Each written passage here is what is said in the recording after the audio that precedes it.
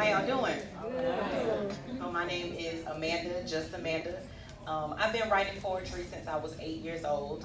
My uncle was murdered when I was 8, and a kid going through that, I really didn't know how to feel. So something said, just go write, and I wrote a poem about it. And as I began to grow in my relationship with God, I realized that this is a gift that God has given me. So He took something terrible and turned it into something amazing. And I'm 31 now, and the older I get, I realize that I can't do anything apart from God.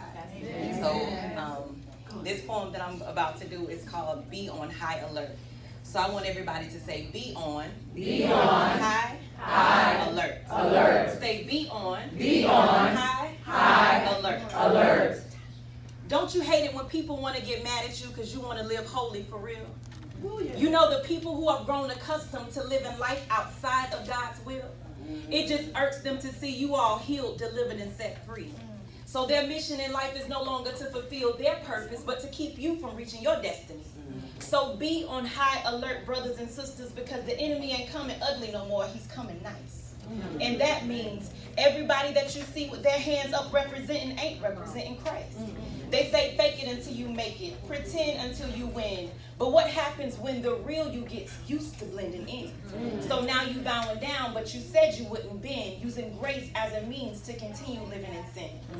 When was the last time you spoke to your mountains? Do they even know your voice? Whether you're triumphant in Christ or defeated by the enemy solely depends on your word choice. Because life and death are in the power of the tongue. What you verbalize carries a lot of weight.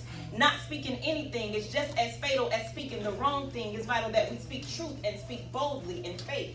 I've been in church since I was a little girl. I know how to jump up and down and make ugly faces. I know all the popular scriptures, church protocol, and phrases. But after benediction, I had to go home with this flesh.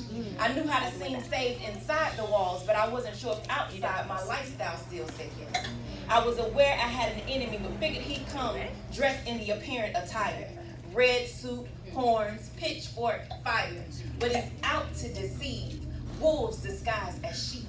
So watch and pray.